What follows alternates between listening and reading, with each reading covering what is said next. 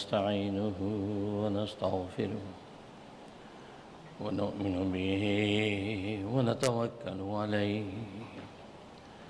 ونعوذ بالله من شرور أنفسنا ومن سيئات أعمالنا من يهده الله فلا مضل له ومن يضلله فلا هادي له ونشهد أن لا إله إلا الله وحده لا شريك له ولا نظير له ولا مثل له ولا مثال له ونشهد أن سيدنا وسندنا وشفيعنا وشفيع أمرنا وحبيبنا وحبيب ربنا ومولانا محمدا عبده ورسوله أرسله الله إلى كافة للناس بشيرا ونذيرا وداعيا إلى الله بإذنه وسراجا منيرا أما بعد فأعوذ بالله من الشيطان الرجيم بسم الله الرحمن الرحيم إن الله وملائكته يصلون على النبي يا أيها الذين آمنوا صلوا عليه وسلموا تسليما اللهم صل على محمد وعلى آل محمد كما صليت على إبراهيم وعلى آل إبراهيم إنك حميد مجيد اللهم بارك على محمد وعلى آل محمد كما باركت على إبراهيم وعلى آل إبراهيم إنك حميد مجيد اللهم صل على محمد النبي الأمي اللهم صل على محمد النبي الأمي اللهم صل على محمد بعدد كل داء ودواء وبارك وسلم بزرگان محترم، برادران عزیز اور میری اسلامی بہنیں، اللہ تبارک و تعالی نے آسمان و زمین کی یہ کائنات اور کائنات کے اندر جو کمالات رکھے ہیں، اس کو اگر ایک لفظ کے اندر ذکر کیا جائے تو وہ لفظ رحمت ہے۔ رحمت کا لفظ گویا کہ پوری کائنات اور کائنات کے کمالات و صفات اور اس میں جو اللہ تبارک و تعالی نے نعمتیں رکھی ہیں، ان تمام کا عکاس ایک لفظ ہے، وہ ہے اللہ کی رحمت۔ اللہ کی رحمت کا نتیجہ ہے کہ آسمان بلند پیدا کیے، زمین وسیع پیدا کی، لہلہاتے سبزے پیدا کیے، پروقار پہاڑ کھڑے کر دیے، پانی کے ذخیرے اور خزانے عطا کر دیے، ہواؤں کے ذخیرے پیدا کر دیے، آگ کے تودے عطا کر دیے۔ گویا کہ کائنات کی ایک ایک نعمت یہ اللہ تبارک و تعالیٰ کی رحمت کی عکاسی کرتی ہے۔ اور اللہ تبارک و تعالیٰ کی چونکہ دو طرح کی صفات ہیں، بعض جمالی صفات ہیں اور بعض جلالی صفات ہیں۔ جلالی صفات کا مطلب اللہ کا غیظ و غضب، اللہ کا غصہ، اللہ کا انتقام، اللہ کی قہاریت و جباریت، یہ اللہ تبارک و تعالیٰ کی جلالی صفات ہیں۔ دوسری اللہ کی جمالی صفات ہیں، اللہ تبارک و تعالیٰ کی رحمانیت، اس کی رحیمیت، اس کی رؤوفیت، اس کی مہربانی، گویا کہ یہ تمام کی تمام اللہ کی جمالی صفات ہیں۔ تو دونوں طرح کی صفات اللہ تبارک و تعالیٰ کی دنیا کے اندر کار فرما نظر آتی ہیں۔ تو لیکن جو جلالی صفات ہیں وہ اللہ تبارک و تعالیٰ وقتی طور پر استعمال فرماتے ہیں۔ بعض قوموں پہ غیظ و غضب توڑنا ہے تو اس پر اپنا عذاب نازل کرتے ہیں، پھر عذاب نازل کرنے میں بھی یا تو تطہیر کی نیت ہوتی ہے کہ ان کی اصلاح مقصود ہوتی ہے، ان کو عذاب کے جھٹکے میں جب جھٹکا دیتے ہیں تو وہ توبہ کی طرف متوجہ ہوتے ہیں، یا اس لیے اللہ تبارک و تعالیٰ اپنا جلال دکھاتے ہیں، یا یہ کہ ان کو تعذیب دینا مقصود ہوتی ہے۔ اگر وہ اللہ کے باغی ہیں تو اللہ تبارک و تعالیٰ ان کو نیست و نابود کرتے ہیں۔ تو گویا کہ جلالی صفات وقتی طور پہ اللہ تبارک و تعالیٰ ظاہر فرماتے ہیں جہاں ضرورت ہوتی ہے، لیکن جو جمالی صفات ہیں اللہ کی رحمانیت اور مہربانیاں، یہ اللہ تبارک و تعالیٰ ہر وقت اپنے بندوں پر اور کائنات کے ذرے ذرے پر نازل کرتے رہتے ہیں۔ تو گویا کہ اصل جو صفت ہے اللہ تبارک و تعالیٰ کی جمالی صفات اصل صفت ہے، اور ان تمام صفات کا اگر کوئی خلاصہ ہے تو وہ رحمت کا لفظ ہے۔ تو گویا کہ اللہ تبارک و تعالیٰ کی رحمانیت اور رحمت، یہ جو ہے وہ بنیادی صفت ہے جو تمام جلالی اور جمالی صفات کا خلاصہ اور نچوڑ ہے۔ اور جتنی بھی چیزیں جو اللہ تبارک و تعالیٰ نے اپنی رحمت و فضل سے پیدا کر رکھی ہیں وہ سب کی سب اللہ کی رحمت کا نتیجہ ہیں۔ اس لیے اللہ تبارک و تعالیٰ قرآن کریم میں پہلی آیت میں ارشاد فرماتے ہیں الحمدللہ رب العالمین، تمام تعریفیں اس اللہ کے لیے جو سارے جہانوں کو پالنے والا ہے، سارے جہانوں کو پالنے اور پوسنے والا ہے، ان کی نشو و نما کرنے والا ہے، نہ صرف ان کی بقا بلکہ ان کی ارتقاء کے منازل طے کروانے والا ہے۔ اور یہ پالنے کی جو صفت ہے رحمت کے بغیر نہیں ہوتی۔ ماں اپنے بچوں کو پالتی ہے اس خاص اپنی ممتا کی وجہ سے، باپ اپنے بچوں کو پالتا ہے اپنی پدری محبت کی وجہ سے، اس لیے کہ یہ پالنے کا جو عمل ہے اس کے پیچھے رحمت اور رعوفیت جب تک نہ ہو تو پالنا مشکل ہے۔ تو اللہ تبارک و تعالیٰ نے اپنی کتاب میں پہلی آیت میں بتلا دیا کہ میری اصل جو صفت ہے وہ رحمت ہے۔ اس رحمت کے نتیجے میں انسانوں کو بھی پالتا ہوں، حیوانوں کو بھی پالتا ہوں، کائنات کے ذرے ذرے کی جو اگر نشو و نما اور اس کے تحفظ اور حفاظت کا سامان کرتا ہوں۔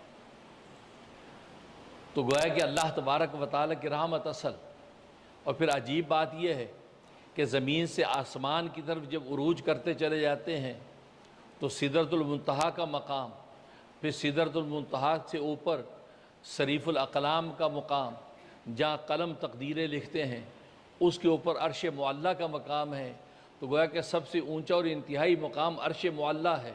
اللہ تبارک و تعالیٰ کا عرش ہے۔ اس عرش کے بارے میں بھی جب اللہ تبارک و تعالیٰ نے ذکر فرمایا تو فرمایا الرحمن وعلی العرش استویٰ، کہ رحمان اپنے عرش کے اوپر مستوی ہوا۔ تو وہاں پھر رحمان کا لفظ ذکر فرمایا، وہاں لفظ اللہ ذکر نہیں فرمایا، وہاں جبار ذکر نہیں فرمایا، قہار ذکر نہیں فرمایا، کیونکہ وہ جو عرش الہی یا اصل میں تدبیر امور کا وہ مرکز ہے، یا ساری کائنات کے امور کو کہ فیصلے وہاں سے صادر ہوتے ہیں۔ وہاں پر بھی اللہ نے جو صفت ذکر فرمائی الرحمن علی العرش استویٰ، کہ رحمان اپنے اس عرش کے اوپر مستوی ہو گیا، اپنے اس عرش کے اوپر غالب ہو گیا، اپنے اس عرش پر چھا گیا۔ تو رحمان کا ذکر کرنے کا مطلب یہ ہے کہ اللہ کی رحمت اس کے اوپر غالب آ گئی۔ جب عرش پر اللہ کی رحمت غالب آ گئی، اس عرش سے صادر ہونے والے جتنے احکامات اور جتنے امور ہوں گے جو کائنات کو چلانے والے ہوں گے وہ رحمت کے ساتھ بھرے ہوئے ہوں گے، وہ بغیر رحمت کے نہیں ہوں گے۔ تو گویا کہ اس سے اندازہ کیجئے کہ رحمت ہی ہر طرف پہنچتی ہے۔ اور پھر عجیب بات یہ ہے کہ عرش کے اوپر کوئی چیز نہیں ہے، سب چیزیں عرش سے نیچے ہیں، لیکن عرش کے اوپر ایک تختی لکھی ہوئی ہے، ایک دستاویز ہے، اور وہ دستاویز یہ ہے ان رحمتی غلبت غضبی، میری رحمت میرے غضب پر غالب ہے، میری رحمت میرے غضب پر غالب ہے۔ تو ایک تختی دستاویز جو عرش سے بھی اوپر ہے اس میں بھی اللہ تبارک و تعالی نے اپنی رحمت کا تعارف کروایا کہ میری رحمت میرے غضب پر غالب ہے، میرے میں غیظ و غضب بھی ہے، باغیوں کے لیے غیظ و غضب ہے، اپنوں کی اصلاح اور ارشاد کے لیے غیظ و غضب ہے تاکہ وہ توبہ کی طرف آئیں۔ لیکن یہ صرف وقتی فیصلے ہیں، ایک اصلاح کے وقت ضرورتاً اللہ اپنا غضب ظاہر کرتے ہیں، لیکن ان سب کے اوپر اگر کوئی غالب ہے تو میری رحمت ہے۔ تو عرش کے اوپر اللہ کی رحمت۔ پھر عرش کو اللہ تبارک و تعالی نے پانی پر کھڑا کیا ہے، پانی پر، جو قرآن کریم میں بھی فرما دیا کہ اللہ کا عرش پانی پر ہے، علی الماء، پانی پر ہے، اور پانی سے مطلوب اصل میں کیا ہے؟ پانی اللہ تبارک و تعالیٰ کی رحمت کی مجسم شکل ہے۔ اگر رحمت کو مجسم شکل دی جائے تو وہ پانی کی شکل ہے، تو گویا کہ عرش کے نیچے پانی ہے، اس پانی کے اوپر اللہ تبارک و تعالیٰ کا عرش، اور وہ اب رحمت پانی، وہ پانی کی شکل میں مجسم، وہ اللہ کی رحمت، تو اوپر بھی رحمت اور پھر نیچے بھی رحمت اور درمیان میں عرش جس کے اوپر اللہ تبارک و تعالیٰ کی رحمت شائع ہوئی ہے۔ اب رحمت ہی رحمت، اور اس کے بعد پھر دنیا میں اللہ تبارک و تعالیٰ نے انسانوں کی اصلاح و ارشاد کے لیے جب انبیاء اکرام کا سلسلہ جاری فرمایا،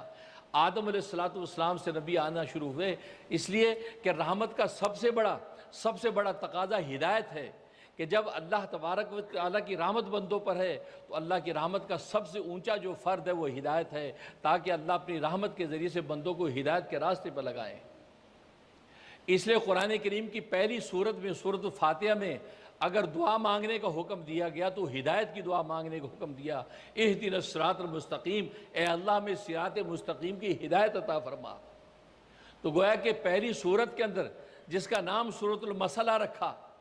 یعنی سوال کرنے والی سورت، اگر کوئی سوال کرنے کے قابل چیز ہے تو اللہ کی ہدایت ہے، اس لیے اللہ تبارک و تعالیٰ نے سورت میں بندوں کو ہدایت مانگنے کا سلیقہ سکھا دیا کہ کہو کہ ایاک نعبد و ایاک نستعین، اے اللہ ہم تیری ہی عبادت کرتے ہیں اور تجھی ہی سے مدد مانگتے ہیں۔ تو گویا کہ اللہ تبارک و تعالیٰ کے ساتھ وفا کا اظہار کرنے کے بعد اگر کوئی دعا مانگو تو ہدایت کی دعا مانگو اور کہو اہدنا الصراط المستقیم، اے اللہ میں صراط مستقیم کی ہدایت عطا فرما۔ تو رحمت کا سب سے بڑا تقاضا ہدایت ہے۔ چنانچہ دنیا میں ابا اگر اپنے بچوں کے اوپر رحمت کرتا ہے، ترحم کرتا ہے، شفقت کرتا ہے، اس کی شفقت کا سب سے بڑا تقاضا یہ ہے کہ بچے نیک راہ پر چلتے رہیں، بچے نیک راہ پہ چل کے نیک منزل کو حاصل کرنے، بے راہ روی کے اندر نہ پڑیں، وہ بگڑے نہ، بلکہ وہ باغی نہ بنیں، بلکہ وفادار تابعدار بن کے وہ آگے ترقی دنیا کے اندر کریں۔ تو گویا کہ رحمت اور ترحم اور مہربانی کا سب سے بڑا تقاضا اس کی ہدایت کا راستہ ہے۔ تو اللہ تبارک و تعالیٰ نے بھی قرآن کریم کی سب سے پہلی سورت میں، جو پہلی سورت مکمل جو نازل ہوئی وہ سورۃ الفاتحہ ہے۔ اقرا کی آیات تو 5 پہلے نازل ہوئیں، لیکن پوری جو سورت سب سے پہلے جو نازل ہوئی وہ سورۃ الفاتحہ ہے، اس لیے اللہ تبارک و تعالیٰ نے اس کو اپنے قرآن کی کتاب کے اندر سب سے پہلے رکھا، نازل بھی پہلے ہوئی اور کتاب بھی پہلے نمبر پہ رکھی گئی، اور اس کے اندر جو دعا بتلائی اہدنا الصراط المستقیم، اے اللہ میں ہدایت کا راستہ عطا فرما۔ اس کا مطلب ہے کہ اصل اللہ کی رحمت اگر ہے تو وہ ہدایت ہے۔ اگر کسی بندے کو ہدایت حاصل ہے، وہ صحیح راستے پر چل کر اپنے منزل کی طرف ہے، وہ اپنے اللہ کو دیکھتا اور پہچانتا ہے، اپنے اللہ کے حبیب کی حکم کو لے کے اگر چلتا ہے، اس کا مطلب ہدایت کے راستے پر ہے، انشاءاللہ دنیا میں وہ راحت اور آخرت کے اندر جنت پا جائے گا۔ تو دیکھیے ہدایت، اور ہدایت کے لیے جب انبیاء کرام علیہ السلام کا سلسلہ جاری ہوا، آدم علیہ السلام سے شروع کیا، اور یہ انبیاء کا سلسلہ چلتا رہا یہاں تک کہ سب سے آخر میں محمد مصطفیٰ احمد مجتبیٰ نبی آخر الزماں آخر الانبیاء جب تشریف لائے ہیں، وہ رحمت للعالمین بنا کے اتارے کہ سارے جہانوں کے لیے رحمت بنا کے بھیجی۔ گویا کہ دنیا میں انسانی شکل میں اللہ تبارک و تعالیٰ نے رحمت کو مجسم کیا تو محمد مصطفیٰ کا سراپا بن گیا۔ آپ کو رحمت للعالمین، سارے جہانوں کے لیے رحمت، عالم کفر کے لیے رحمت، عالم ایمان کے لیے بھی رحمت، عالم جمادات کے لیے بھی رحمت، عالم نباتات کے لیے رحمت، عالم حیوانات کے لیے رحمت، جتنے زمین و آسمان کے اندر عالم ہیں، سارے کے سارے عالموں کے لیے اگر کوئی رحمت ہے تو رسول اللہ کی ذات ہے۔ اور کتنے عالم ہیں یونیورس میں۔ حضرت ابو سعید خدری رضی اللہ تعالیٰ کی روایت ہے، رسول اللہ صلی اللہ علیہ وسلم فرماتے ہیں کہ 36,000 عالم ہے، 36,000۔ یہ ہم تو ایک عالم دنیا کو جانتے ہیں بس، لیکن اس کے علاوہ اس عالم کے اندر یونیورس میں 36,000، 36,000۔ اور ابو ہریرہ رضی اللہ تعالیٰ کی روایت ہے، فرمایا کہ رسول اللہ صلی اللہ علیہ وسلم فرماتے ہیں کہ 84,000 عالم ہے، 84,000 عالم۔ آج تک تو ہم ایک ہی عالم جانتے جی، دنیا 10۔ یہ دنیا تو ان عالموں میں سے ایک عالم ہے، اس کے علاوہ کتنے عالم ہیں۔ اور اب تو جدید ایٹلس ہیں اور جی سائنس ٹیکنالوجی اب اس نتیجے پر پہنچی ہے کہ یہ دنیا کے ایک عالم نہیں بلکہ اور بہت سے بے شمار عالم ہیں جن طرح ابھی ہماری اپروچ ہو رہی ہے۔ اور نبی نے 1400 سال پہلے بتا دیا 84,000 عالم ہیں۔ ان تمام کے تمام عالموں کے لیے اگر کوئی رحمت ہے تو رسول اللہ کی ذات عالی رحمت ہے۔ آج کی سائنس اور ٹیکنالوجی یہ بھی رسول اللہ صلی اللہ علیہ وسلم کی رحمت ہے۔ آج میں اور آپ یہ سمجھیں کہ یہ غیروں نے سائنس اور ٹیکنالوجی کی ترقیاں کی ہیں، نہیں، یہ تو رسول اللہ کی رحمت کا صدقہ ہے، رسول اللہ کی رحمت کا صدقہ ہے، رسول اللہ صلی اللہ علیہ وسلم کے غلاموں کا صدقہ ہے۔ یہ ان غلام مسلمان سائنسدانوں نے یہ سائنس اور ٹیکنالوجی کو ایجاد کیا، وجود بخشا ہے۔ ورنہ مجھے بتائیں اسلام کے آنے سے پہلے یہ انہوں نے ترقی کیوں نہیں کی؟ جبکہ یہودیت دنیا میں تھی، جبکہ عیسائیت دنیا میں تھی، یہودیوں نے اس وقت ہوائی جہاز ایجاد کیوں نہیں کیا؟ اس وقت سیل فون ایجاد کیوں نہیں کیا؟ اس وقت موٹر کار ایجاد کیوں نہیں کی؟ عیسائیت نے اس وقت سائنس اور ٹیکنالوجی یہ کوئی چیز موٹر سائیکل ایجاد کیوں نہیں کی؟ یہ ساری ایجادات اسلام کے آنے کے بعد کیوں آئی ہیں؟ اس کا مطلب یہ سائنس اور ٹیکنالوجی بھی رسول اللہ کی رحمت کا نتیجہ ہے۔ چنانچہ جتنے مسلمان سائنسدان ہیں، کہ ابو علیہ سینا ہے، کہ الجابر ہے، کہ بیرونی ہے، یہ بڑے بڑے سائنسدان جتنے، یہ سب مسلمان سائنسدان جنہوں نے اس سائنس کو وجود بخشا ہے، اور اسی سائنس کو آگے موڈیفائڈ کر کے مزید ترقی کر کے آج یہ دنیا ترقی کرتی نظر آتی ہے۔ بغداد اور غرناطہ کے بڑے بڑے کتب خانوں سے کتابوں کو چوری کرنے کے بعد مغربی دنیا نے اس کے اندر سائنس اور ٹیکنالوجی کو کنگالا اور آج ایجاد کر کے آپ کے سامنے رکھ رہے ہیں، لیکن اصل یہ صدقہ اسلام کا ہے۔ ورنہ کوئی بھی بتا دے ہمیں، عیسائیت و یہودیت بتا دے اسلام سے پہلے آپ نے ترقی کیوں نہیں کی؟ جب آپ ہی کا ڈنکا تھا، آپ ہی کا دور تھا، اور پھر بنی اسرائیل کے اندر کتنے نبی آئے ہیں؟ ہزاروں نبی آئے، صرف 10 نبیوں کے علاوہ باقی سارے بنی اسرائیل میں سے۔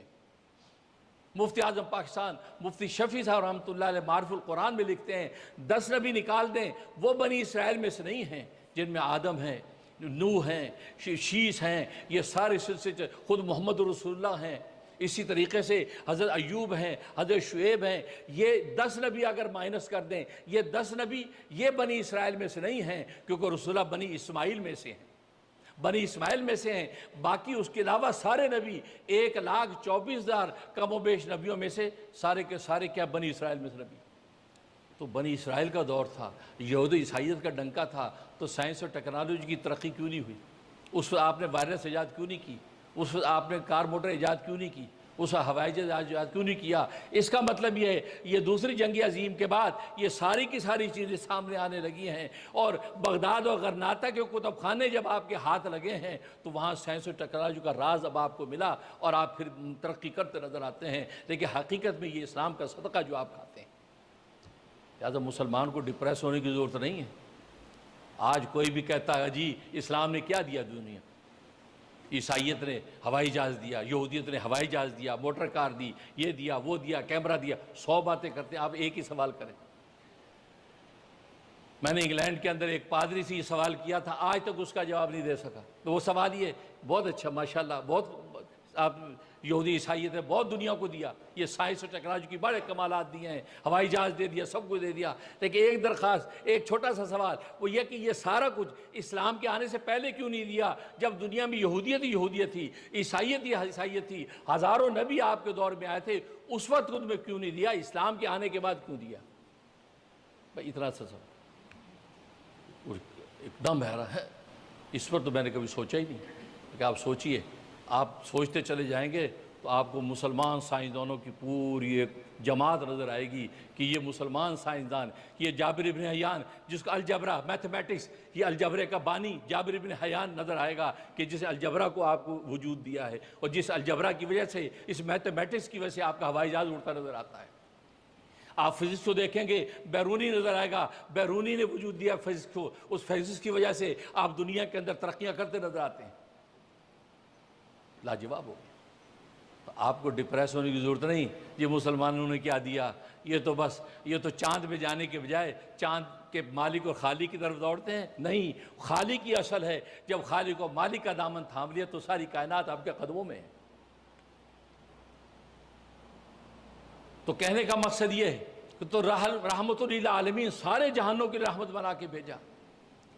جہان آپ سے پہلے کے جہان بھی ہو، بعد کے جہان ہو، اس لیے کہ آپ کو 2 وجود دیے، ایک وجود نوری اور ایک وجود خاکی۔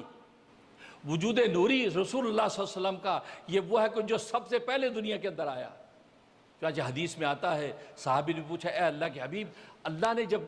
کائنات کو بنایا سب سے پہلے کیا تخلیق کیا؟ اللہ خالق مطلق ہے، سب سے پہلے کیا بنایا؟ کیا فرمایا؟ اولو ما خلق اللہ نوری، اللہ تبارک و تعالی نے سب سے پہلے جو چیز تخلیق کی فرمایا وہ میرا نور،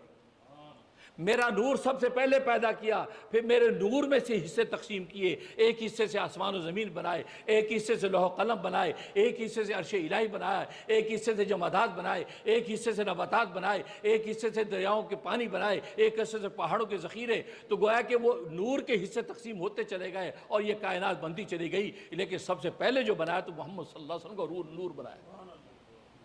تو وجود نوری، اس وجود نوری ہونے کی وجہ سے پوری کی پوری اللہ کے علاوہ پوری کائنات رسول اللہ صلی اللہ علیہ وسلم کی رحمت للعالمین کا صدقہ ہے۔ لہذا عالم کفر، اس عالم کفر کا وجود یہ اس وجود نوری کا حصہ ہے۔ عالم کفر کو بھی وجود نہ ملتا، ایون سانپ بچھو کے لیے بھی آپ رحمت ہیں، جن کو آپ نے قتل کرنے کا حکم دیا اس لیے رحمت ہے، ان کو وجود بھی رسول اللہ کے وجود نوری کی وجہ سے ملا۔ آپ کے وجود نوری میں سے سب یہ تقسیم ہوتا چلا گیا، ان کو وجود ملا، اور پھر آپ ایک عرصے کے بعد تمام انبیاء کے بعد آخر میں اس وجود عنصری کے ساتھ سامنے آئے۔ اس لیے نبی پاک فرماتے ہیں کہ میں پیدا شروع سب سے پہلے کیا گیا ہوں اور ظاہر سب سے آخر میں ہوں، سب سے پہلے پیدا ہوں، تمام نبیوں سے پہلے مجھے پیدا کیا گیا۔ خود فرمایا حدیث میں کہ فرمایا کہ مجھے نبوت عطا کر دی گئی تھی اس حال میں کہ ابھی آدم کا گارہ تیار ہو رہا تھا، اس کے پتلے کا گارہ تیار ہو رہا تھا، ابھی اس کا پتلا بھی تیار نہیں ہوا تھا، اللہ تبارک و تعالی نے میری روح کو نبوت عطا کر دی تھی۔ تو آپ کا وجود نوری، اس کی برکت سے تو کائنات کو وجود ملا ہے، اور آپ وجہ تخلیق کائنات ہیں۔ اس لیے کہ خود اللہ تبارک و تعالی نے آدم علیہ السلام سے فرمایا، جب آپ نے ربنا ظلمنا انفسنا کی دعا کی اور آسمانوں پہ دیکھا اور محمد رسول اللہ صلی اللہ علیہ وسلم کا نام پیش کیا، یا اللہ تو اپنے اس حبیب کے صدقے، محمد کے صدقے اور طفیل میں مجھے معاف کر دے۔ تو اللہ نے پوچھا کہ آدم تجھے کیا پتہ یہ محمد کون ہے؟ تو نے یہ کہاں دیکھا؟ کہا جی میں جب جنت میں تھا تو میں نے وہاں پہ عرش الہی کے پائے کے اوپر لکھا ہوا دیکھا تھا لا الہ الا اللہ محمد رسول اللہ۔ تو میرے ذہن میں آیا کہ یہ اللہ کے بعد جو محمد کا لفظ ہے، یہ کوئی شخصیت ایسی ہے کہ جو اللہ کے بعد اس کو اللہ نے مقام دے رکھا ہے، یعنی اللہ اور محمد کے درمیان واو کا بھی واسطہ نہیں ہے، حالانکہ دو سنٹینس ہیں، یہ لا الہ الا اللہ ایک سنٹینس ہے، محمد رسول دوسرا سنٹینس ہے، اور دوسرے سنٹینس سے پہلے واو آیا کرتا ہے یا اینڈ آیا کرتا ہے، لیکن یہاں درمیان میں واو کا واسطہ نہیں ہے، لا الہ الا اللہ محمد الرسول اللہ۔ اس کا مطلب یہ میں سمجھ گیا کہ یہ محمد جو شخصیت ہے اللہ کی نظر میں بڑی محبوب ہے۔ آج میں اپنی معافی کے لیے ان کا وسیلہ پیش کرتا ہوں۔ اللہ تبارک و تعالیٰ نے فرمایا آدم تو نے سچ سمجھا، یہ محمد جو ہے یہ میری امت اور تیری اولاد میں سے وہ برگزیدہ نبی ہے جو نبی آخر الزمان بن کے آئیں گے۔ اگر میں ان کو پیدا نہ کرنا مقصود ہوتا تو تجھے بھی پیدا نہ کرتا، کیونکہ محمد صلی اللہ علیہ وسلم گویا کہ اس کانفرنس کا آخری خطیب محمد صلی اللہ علیہ وسلم نے آنا تھا، اس لیے میں تجھ سے شروع کیا، انبیاء خطابت کرتے رہے، اب سب سے آخری خطیب جو آیا وہ محمد مصطفیٰ ختم نبوت کا تاج پہن کر آیا۔ اور آپ جانتے ہیں کہ جلسہ جب قائم ہوتا تو آخری خطیب کی وجہ سے ہوتا ہے، آخری جو مقرر ہوتا ہے، جو مہمان خصوصی آخری میں آتا ہے، اس کی وجہ سے جلسہ قائم ہوتا ہے، لیکن آتا آخر میں ہے۔ اس سے پہلے والے خطیب اس پورے جلسے کو گرماتے ہیں، اس کو ذہن سازی کرتے ہیں، گویا کہ جانے کے لیے آتے ہیں، آنے کے لیے نہیں آتے، ویسے آخری خطیب کی خطاب کے لیے میدان بناتے ہیں۔ انبیاء آتے رہے، یہاں تک سب سے آخر میں محمد مصطفیٰ احمد مجتبیٰ نبی آخر الزمان آئے، اور انہوں نے آ کر گویا کہ یہ فرما دیا انا و صادق ہاتین، میں اور قیامت یوں قریب ہیں جیسے یہ دو انگلیاں قریب ہیں۔ اس انگلیوں میں معمولی سی دراڑ آپ کو نظر آتی ہے، بس اتنا ہی فاصلہ ہے، میرے بعد اب کوئی نبی آنے والا نہیں، انا خاتم النبیین لا نبی بعدی، میرے بعد اب کوئی نبی نہیں، میں آخری نبی ہوں، اور میرے اور قیامت میں بس اتنا فاصلہ ہے جتنا یہ دراڑ میں نظر آتا ہے، میرے بعد قیامت تیار ہے۔ تو یہ نبی آخر الزمان فاطمہ علیہ السلام نے آپ کا وسیلہ پیش کیا تو اللہ تبارک و تعالی نے معافی کا اعلان فرما دیا۔ تو یہ رسول اللہ صلی اللہ علیہ وسلم کے ذات عالی، تو یہ سارے جہانوں کے لیے ایون کہ انبیاء اکرام علیہ السلام کے وجود نوری کی وجہ سے جو ہے ان کو وجود ملا ہے، تو کہ سارے انبیاء کو آپ کا فیض پہنچ رہا ہے۔ تو دیکھو رحمت ہی رحمت ہر طرف، اور پھر اس امت کا ذکر آیا تو فرمایا اشداء علی الکفار رحماء بینہم، یہ نبی کی جو امت ہے، یہ جو صحابہ ہیں، یہ کفار اور اللہ کے باغیوں پر تو بڑے سخت ہیں لیکن آپس میں بڑے رحیم رحمت والے ہیں۔ ان کا بھی وصف خاص رحمت بتایا، اور خود اپنے بارے میں فرمایا نبی پاک نے انا رحمت المہدات، اے لوگو میں وہ رحمت ہوں جو تمہیں ہدیے کے طور پہ پیش کی گئی ہے۔ اللہ نے میری رحمت ہدیے کے اور تحفے کے طور پہ تمہیں پیش کیا، میں رحمت بن کے آیا ہوں، اور یہ اللہ کا تحفہ ہے جو تمہیں میں دیا گیا ہوں، اور میری وجہ سے اللہ تبارک و تعالی اس کائنات کو بنایا۔ تو دیکھو رحمت ہی رحمت، اور وہ رحمت یہ ربیع الاول کے مہینے میں اللہ تبارک و تعالی نے ہمیں عطا کی ہے۔ یہ ربیع الاول کے مہینے کے شب و روز چل رہے ہیں، اس مہینے کو یہی کمال اور نوعیت حاصل ہے، اور ایسی نوعیت کسی دوسرے مہینے کو حاصل نہیں ہے۔ جو کمال اور نوعیت اس مہینے کو حاصل ہے، اس میں 4 عظیم الشان واقعات اسی مہینے میں ہوئے ہیں۔ آپ کی ولادت بھی اسی مہینے میں، اور آپ کو نبوت بھی اسی مہینے میں، اور آپ کی ہجرت مدینے کی طرف وہ بھی اسی مہینے میں، اور آپ کی دنیا سے رحلت بھی اسی مہینے میں، اور وہ بھی 12 ربیع الاول پیر کا دن، ایک ہی دن، سب پیری کے دن، چاروں کو چاروں عظیم واقع پیری کے دن ہو رہے ہیں، اور ایک روایت کے مطابق 12 ربیع الاول کی ہو رہے ہیں۔ آپ کی پیدائش بھی اسی مہینے 12 ربیع الاول پیر کا دن، آپ کی جو ہے آپ کو نبوت بھی 12 ربیع الاول پیر کا دن، اور آپ کی ہجرت یہ بھی 12 ربیع الاول پیر کا دن، اور آپ کی دنیا سے رحلت بھی 12 ربیع الاول پیر کا دن۔ اب آپ اندازہ کریں ایسی نوعیت اور ایسی شان والا کوئی اور مہینہ ہے؟ رمضان کو اس لیے فضیلت ملی کہ اس میں قرآن اترا، اس میں قرآن عطا کیا گیا، اس لیے فضیلت مل گئی۔ تو جس مہینے میں صاحب قرآن آیا ہو اس کی فضیلت کا عالم کیا ہوگا؟ محمد صلی اللہ علیہ وسلم کی وجہ سے ہمیں قرآن ملا، اور وہ محمد ہمیں ربیع الاول کے اندر عطا کیے گئے، تو اس مہینے کی عظمت کا عالم کیا ہوگا؟ اس سے آپ اندازہ لگائیے کہ یہ مہینہ اتنا اہم ہے، کیونکہ ولادت ہے تو اس کے اندر اس میں اللہ تبارک و تعالی نے مختلف اپنے نبی کے کمالات جمالات دکھائیں کہ آپ کی ولادت ہوئی تو آپ کا جمال دنیا نے دیکھا، آپ کو نبوت ملی آپ کا کمال دنیا نے دیکھا، اور آپ نے ہجرت فرمائی مکہ سے مدینہ تو آپ کا نوال دنیا نے دیکھا۔ اس لیے کہ اسرار شریعت کھلے، شریعت اور دستور حیات کی تفصیلات اس ہجرت کے بعد اللہ تبارک و تعالی آپ کو عطا کی، تو آپ کا احسان اور آپ کا نوال دنیا نے دیکھا، اور جب آپ نے دنیا سے رحلت فرمائی تو آپ کے شاگردوں کا کمال دنیا نے دیکھا۔ اس لیے کہ جب تک آفتاب رہتا ہے تو ستارے وہ چھپے رہتے ہیں، وہ اپنا کمال دکھا نہیں سکتے، لیکن جب آفتاب پردے میں جاتا ہے تو ستارے جب آسمان پہ آتے ہیں تو ان کی روشنیوں سے لوگ راہیں دیکھتے ہیں، لوگ اپنے جنگلوں بیابانوں اور اندھیروں کے اندر راہ ہدایت کو تلاش کرتے ہیں، بحری جہازوں پہ بیٹھنے والے ستاروں کی سمتوں سے منزلوں پہ پہنچتے ہیں، لیکن جب تک سورج ہے تو وہ ستارے اپنا کمال دکھا نہیں سکتے۔ تو رسول اللہ صلی اللہ علیہ وسلم جب تک موجود تھے اور 23 سال آپ نے صحابہ کی تربیت کی، تزکیہ کیا، جب آپ پردے میں گئے ہیں اب صحابہ کا کمال لوگوں نے دیکھا کہ ابوبکر صدیق بن گیا، عمر فاروق بن گیا، عثمان غنی بن گیا، اور علی مرتضیٰ بن گیا، عشر مبشرہ سامنے آئے، اور صحابہ اکرام نے پھر وہ کمالات دنیا کو دکھائے کہ اسلام کا زمانے میں سکہ بٹھا دیا۔ اپنی مثال آپ ہے کہ یاران مصطفیٰ۔ اس سے میرے دوست بزرگوں، نبی پاک صلی اللہ علیہ وسلم کی یہ 4 عظیم الشان واقعات،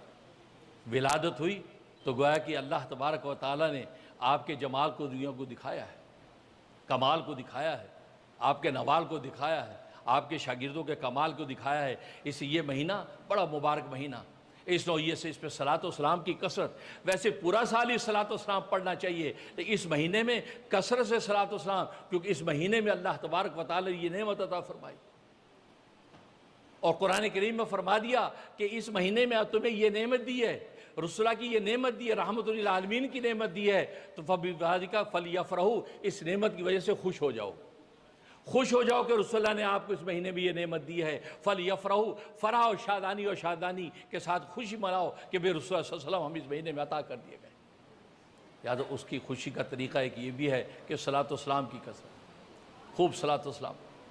اور الحمدللہ میرا یہ طریقہ ہے، ہر ربیع الاول میں اعتکاف محبوب اعظم کر لیتا ہوں۔ 11، 12، 13 یہ 3 تاریخیں، 3 دن کا اعتکاف کرتا ہوں اپنی مسجد میں، دنیا بھر سے احباب جمع ہو جاتے ہیں، اور صبح شام لاکھوں صلاۃ و سلام پڑھا جاتا ہے۔ نعتیں پڑھی جاتی ہیں، عشق رسول کے تذکرے ہوتے ہیں ماشاءاللہ۔ کل شام ہی ہمارا وہ اعتکاف مکمل ہوا، منگل بدھ جمعرات 3 دن کا اعتکاف تھا ہمارا ماشاءاللہ، کل شب جمعہ میں مکمل ہوا۔ لاکھوں صلاۃ و سلام رسول اللہ کے دربار میں بھیجا گیا، نعتیں ہوئیں، نظمیں ہوئیں، لا الہ کے یہ نعرے لگے ہیں، اور رسول اللہ کی تعلیمات اور آپ کے اسوہ پر چلنے کا عزم پیدا کیا، اپنی کوتاہیوں کا گڑ گڑا کے خدا سے دعائیں کی، اور راتوں کو اٹھ کے تہجد میں سر پہ نالین شریف رکھ کے اس کی برکت حاصل کر کے اللہ سے معافیہ مانگی، اس کا لطف ہی اپنا ہے۔ اسے میرے دوستو بزرگوں، یہ ربیع الاول کا مبارک مہینہ، اور پھر مزے کی بات، اس مبارک مہینے میں آپ کی مسجد کی کلوزنگ بھی ہو رہی ہے۔ 24 ربیع الاول ہوگا، 12 ربیع الاول رسول اللہ صلی اللہ علیہ وسلم کی آمد، 12 دن بعد 24 ربیع الاول کو آپ کے انشاءاللہ آپ کی مسجد، عارفی مسجد کشمیر اسلامک سینٹر کی کلوزنگ ہو رہی ہے۔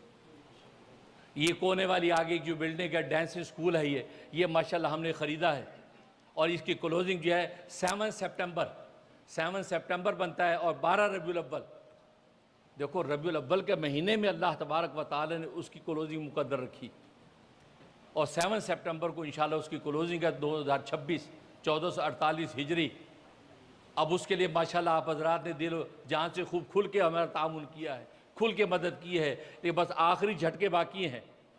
بنیادوں سے آپ نے دیا ہے، اور میں نے جیسے عرض کیا تھا 4,400,000 جو ہے وہ ہم نے کلوزنگ میں دینا ہے، جس میں 50,000 آلریڈی ان کو ہم دے چکے ہیں، جو کہ وہ جو سائن کے کانٹریکٹ سائن کے وقت، تو گویا کہ ہم نے، اور اس کے اوپر پھر اس کو موڈیفیکیشن کرنا، باقی چیزیں، تو ماشاءاللہ آپ حضرات نے بڑھ چڑھ کے تعاون کیا ہے، لیکن اگر بھی آپ اپنے آپ کو روکے نہیں، ابھی ہاتھوں کو روکے نہیں، بس آخری جھٹکے ہیں، بس اوپر کے جو ابھی آپ کو تھوڑا سا آپ کو تعاون کرنا پڑے گا، اور اس کے تو میں نے یہ کہا کہ اگر آپ ڈونیشن نہیں دے سکتے تو آپ قرض حسنہ ہی دے دیں، قرض حسنہ دے دیں، انشاءاللہ 1 سال کے اندر آپ کا قرض حسنہ اتار دیں گے۔ لیکن اللہ کے گھر کا سائن ہو گیا اور آپ کا حصہ اس کے اندر پڑ گیا، تو پھر آپ سمجھیں کہ اللہ تبارک و تعالیٰ کی آپ کی کیا قیمت ہوگی۔ اور یہ بات تو میں پہلے آپ کو عرض کر چکا ہوں، یہ تو رسول اللہ صلی اللہ علیہ وسلم کی طرف سے بشارت ہے کہ امریکہ کے اندر مسجد کے اندر تعاون کرنے والے کی مثال ایسی ہے جیسے اس نے میری مسجد نبوی کے اندر تعاون کیا ہے، اس کی ایکسپینشن، اس کے توسیع کے اندر جو حصہ ڈالے گا، اس نے ایسا کیا جیسے کہ رسول اللہ کی مسجد نبوی کی توسیع میں حصہ ڈالا ہے۔ اس لیے الحمدللہ اب تک یہ ہماری 4تھی مسجد ہے، 3 مسجد آلریڈی ہم بنا چکے ہیں، اخون مسجد ہے، تزکیہ مسجد ہے، یوسفین مسجد ہے، اور یہ عارفی مسجد حضرت حکیم الامت تھانوی رحمہ اللہ تعالیٰ کے جلیل خلیفہ کراچی کے کتب حضرت ڈاکٹر عبداللہ عارفی قدس سرہ کے نام پر یہ عارفی مسجد، وہ میرے دادا پیر ہیں، ان کے نام پہ عارفی مسجد، اور یہ کشمیر اسلامی سینٹر، یہ ماشاءاللہ اس کی بنیاد رکھی، اور یہ اب تک تو آپ کو پتہ یہ رینٹ پر تھے ہم، یہ 7 یا 8 سال ہو گئے ہیں، اور ہم نے ہر طرح پروقار طریقے سے آپ حضرات کی خدمت کی کوشش کی ہے، اور اب چونکہ ظاہر ہے کہ کرائے کی جگہ ہے اور یہاں پبلک لائبریری اب بننے والی ہے، اس لیے ہم نے اس 7 والی جگہ کو خریدا ہے اور اس کا سودا کیا ہے۔ ابھی بس آپ حضرات کو $1,00,000 اور جمع کرنا ہے، تاکہ اس کے اندر ہماری سارے مسائل حل ہو جائیں گے، کلوزنگ بھی ہوگی انشاءاللہ، اور اس کے بعد جو مسجد کی جو موڈیفیکیشن کے لیے ہمیں جو کچھ کرنا ہوگا وہ کریں گے انشاءاللہ۔ اس لیے آج کے دن میں خاص طور پہ پھر آپ حضرات سے درخواست پیش کرتا ہوں کہ آپ قرض حسنہ دینا چاہیں، 50,000 قرض حسنہ دے دیں، 1,00,000 قرض حسنہ دے دیں، 1 سال کے اندر انشاءاللہ آپ کو ہم واپس کر دیں گے۔ تو امید ہے کہ انشاءاللہ اللہ تبارک و تعالیٰ آپ کو توفیق عطا فرمائیں گے، اور پھر یہ کہ انشاءاللہ یہ ہماری کلوزنگ ہو جائے گی، اور اللہ کے گھر میں آپ کا حصہ پڑے گا تو انشاءاللہ خسارہ نہیں ہے، اللہ پھر 700 گنا بڑھا کر آپ کو عطا کریں گے۔ تکبیر، نعرہ رسالت، محمد رسول اللہ، تاجدار ختم نبوت، زندہ آباد۔ تو ابھی جو ہے نعیم بٹ صاحب تشریف رہی ہے، تو انشاءاللہ نعیم بٹ صاحب بھی یہ ہماری جو ہے ایکٹیو جو ہے ممبر ہمارے ساتھ شانہ بشانہ ہیں، یہ بھی جو ہے آپ حضرات سے جو ہے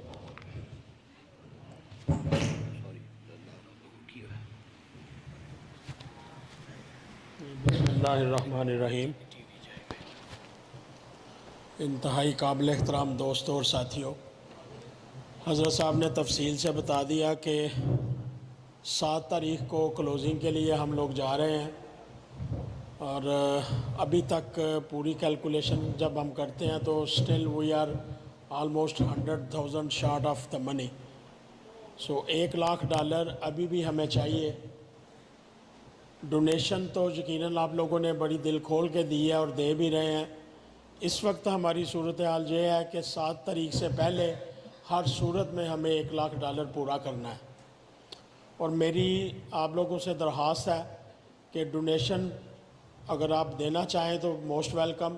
لیکن اس وقت ضرورت یہ ہے کہ کوئی دوست قرض حسنہ اگر ہمیں عطا کر دے تو ہماری بہت بڑی مشکل حل ہو جائے گی۔ بحیثیت مسلمان ہمارا یہ ایمان ہے کہ اللہ تعالیٰ کی مساجد قائم کرنے میں اللہ سبحانہ تعالیٰ کی طرف سے رحمت اس دنیا میں اور آخری دنیا میں انسان کے شامل حال ہو جاتی ہے، اور خاص طور سے امریکہ میں جب ہم مسجدوں کا قیام کرتے ہیں تو اس میں کوئی شک نہیں کہ اللہ تعالیٰ کی مدد بے انتہا مدد ہمیں میسر آ جاتی ہے۔ تو میں مختصراً یہی گزارش کروں گا کہ کوئی دوست آپ میں سے جو اس وقت قرض حسنہ دینا چاہے تو ہم لوگ حاضر ہیں، دل کھولیں، آگے بڑھیں، اور یہ بھی کوشش کریں کہ اپنے دوستوں کو کنونس کریں، انہیں اس طرف مائل کریں کہ مسجد کی مدد کریں۔ یہ ہمارے آپ کے لیے نہیں، میرے لیے نہیں، ہماری آئندہ آنے والی نسلوں کے لیے ہے، اور میرا یہ ایمان ہے کہ اس جگہ پہ جب جب بھی سجدہ ہوگا، ہر سجدے میں اللہ رب العزت ان لوگوں کو اجر عظیم عطا کریں گے جنہوں نے اس کے قیام میں مدد کی ہوگی۔ تو براہ کرم مجھے کوئی دوست بتائے کہ وہ قرض حسنہ کے لیے تیار ہے۔ اسی دوران میں ہمارے دوست جناب رشید صاحب، انہوں نے $50,000 مسجد کو قرض حسنہ کے طور پہ عطا کیا ہے۔ اللہ تعالیٰ ان کی زندگی میں، ان کے رزق میں اضافہ کرے، ان کو لمبی عمر عطا کرے۔ اور ہمارے ایک اور دوست ہیں جناب نصر اللہ صاحب، وہ یہاں پہ پتہ نہیں موجود ہیں کہ نہیں، انہوں نے $20,000 عطا کیا ہے۔ اللہ تعالیٰ ان کی بھی زندگی صحت کے ساتھ لمبی کرے۔ تو دوستوں، کوئی ایسا شخص جو قرض حسنہ دینا چاہے اس وقت ہمت کریں، سوچ لیں، بعد میں ہم لوگ ادھر موجود ہیں۔ جو شخص بھی ڈونیشن کرنا چاہے، قرض حسنہ دینا چاہے، اور کوشش کریں کہ ہماری کلوزنگ سے پہلے یہ کام ہو جائے تاکہ کلوزنگ کے لیے آسانی ہو۔ اللہ تعالیٰ آپ کو اجر عظیم عطا کرے۔ سبحان اللہ، صلی اللہ علیہ وسلم۔